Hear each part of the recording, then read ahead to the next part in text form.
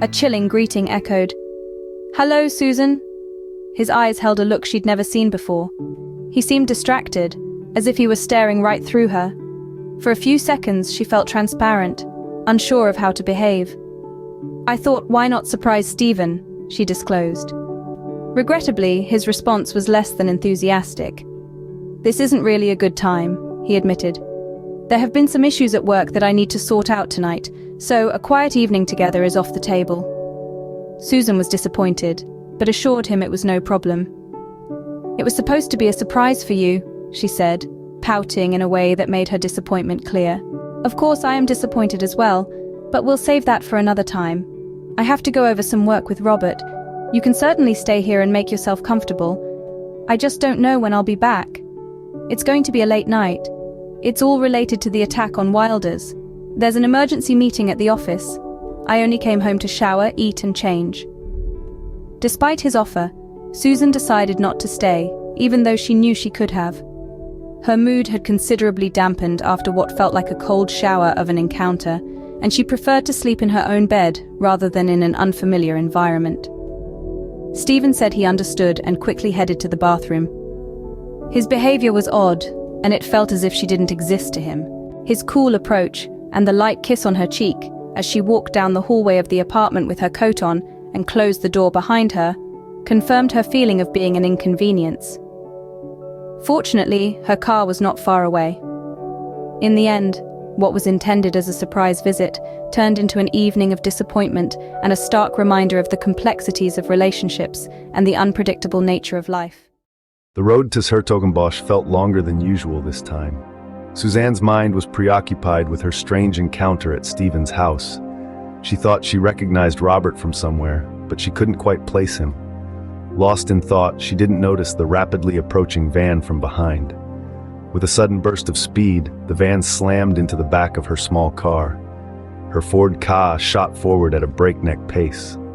The shock caused Suzanne to grip her steering wheel tighter. She was lucky that her tiny car was so stable on the road.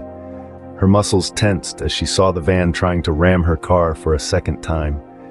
This time, however, she was ready. She pressed the accelerator to the floor, and her little car shot forward, quickly putting distance between her and the van. The speedometer climbed higher and higher, 120, 140, 150. The road between Tilburg and 's-Hertogenbosch wasn't exactly a place to put the pedal to the metal. The numerous traffic lights and intersections made it impossible. Flash! Despite the risks, Suzanne was determined to shake off the maniac following her. The van driver was visibly struggling to keep up, speeding along the road just as recklessly. Suzanne took several risks, narrowly avoiding disaster on more than one occasion. She had already run 2 red lights, but despite the high speed, she seemed relaxed in her go-kart-like vehicle. She was visibly enjoying the wild ride, skillfully maneuvering her car through slower traffic. In the back of her mind, she found a perverse pleasure in the fact that this entire chase was caused by the lunatic behind her. If she were to be pulled over or cause an accident, she would have a good and valid excuse. However, she didn't want to focus too much on such thoughts. She needed to concentrate on losing her pursuer as quickly as possible. After narrowly making it through a yellow light, she saw the van only a few meters behind her in her rearview mirror. Just as the van entered the intersection, a white Volkswagen appeared from the right. The van crashed into it head-on. Suzanne saw the collision in her rearview mirror. After the impact, a cloud of flying metal and rubber of various colors filled the air, reflecting the lights of the intersection. Damn, what a crash, she thought, a shiver running down her spine. For a moment, she felt a wave of panic. She was unsure if she should turn back to check on the crash site and possibly assist the police as a witness to what she believed to be a horrific accident. Would the police believe her if she said that the van had been following her?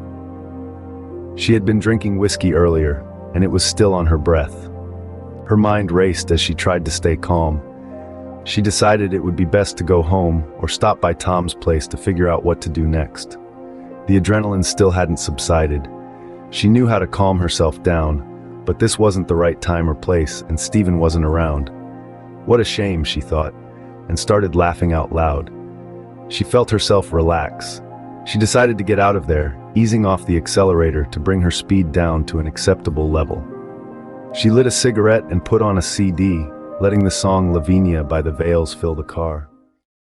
Have you ever wondered how a day of shock and surprise can unfold? Welcome to a story about Tom, a man who found himself in the midst of an unexpected event. On a seemingly ordinary day, Tom found himself engrossed in the news on the radio and television. The intensity of the reports was reminiscent of the attack on Pim Fortune, a day that had left a mark on him. However, this time it was different. The scale of the event was larger, and the politician involved was not the same. Tom's reflections were interrupted when his doorbell rang with an urgent intensity.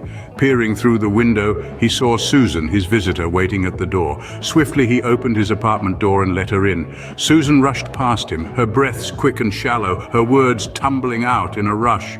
She spoke of the city in lockdown, the police and military forces everywhere, the struggle to convince an officer she was merely visiting a friend.